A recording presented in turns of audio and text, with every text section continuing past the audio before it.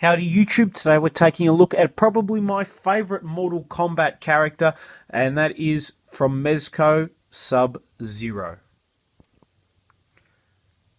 Really awesome character, big fan of this guy, certainly love playing as him in the game. It comes in the standard Mortal Kombat X style packaging, which is pretty cool. It's not too big, not too bulky. If you haven't seen my review on Scorpion, or if you have, you'll know that I'm a big fan of these figures, but just the scaling, I wish they were a little bit bigger. That's probably my only gripe. Very excited to get him opened up and out of packaging. Comes to us obviously from Mezco, who did a really good job with the Scorpion figure from this set, so I'm hoping the Sub-Zero is just as good. As you can see, obviously the Dragon logo, the Mortal Kombat logo on the front cover there, and also transferred at the back behind the figure, which I think is pretty cool. Other than that, there's not a lot in the way of packaging, so let's get this guy opened up. And taking a look on the back, I think it's interesting that there are also some variants of these figures. They've released a bloodied Scorpion, a frozen Sub-Zero, and I'm not sure if there's a Raiden exclusive or not, but I know there's certainly a lot more figures from the game coming, which is very cool. I'm hanging out for an Aaron Black figure. I think that would be fantastic. But the read-up on Sub-Zero says, Kunling is the brother of Bi-Han, the original Sub-Zero. After Bi-Han was murdered by Scorpion, Kuei Liang swore revenge. He mastered the art of ice and cold and took his brother's former codename, Sub-Zero.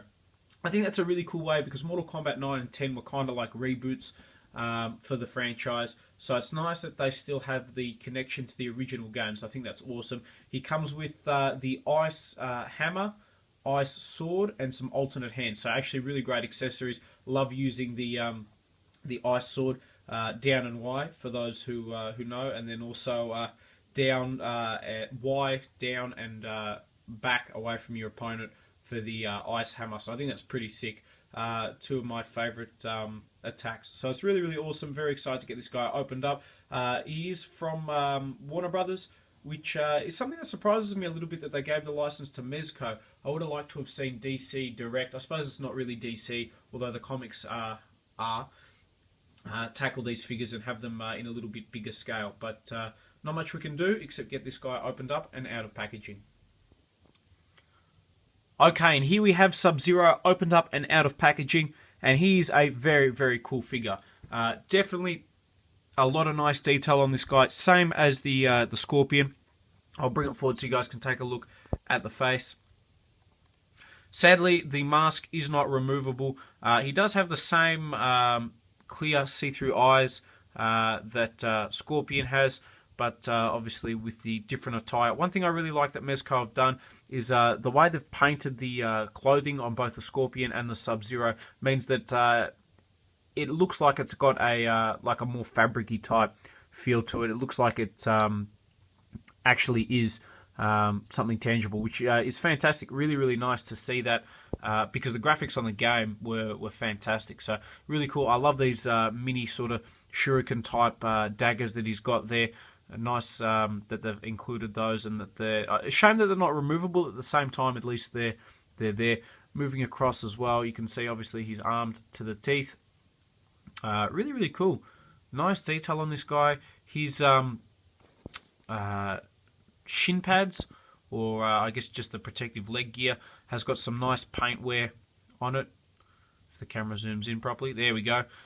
It's got like a silvery finish, silvery blue finish, but then it looks like it's got some wear and tear as well. So very happy with that. I'm hoping we get a variant, an unmasked version at some point of Sub-Zero.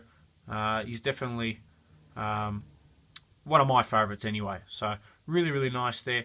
In terms of articulation, he's got a ball-jointed head, ball-jointed arms, ball-jointed elbows, ball-jointed wrists.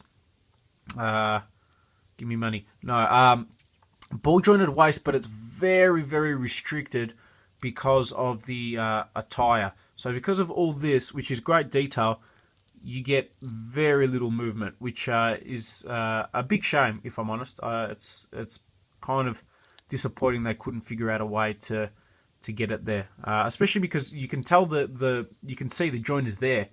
You just can't do anything with it. So that's a real shame. He's got ball jointed legs, but again, you're restricted because of the attire.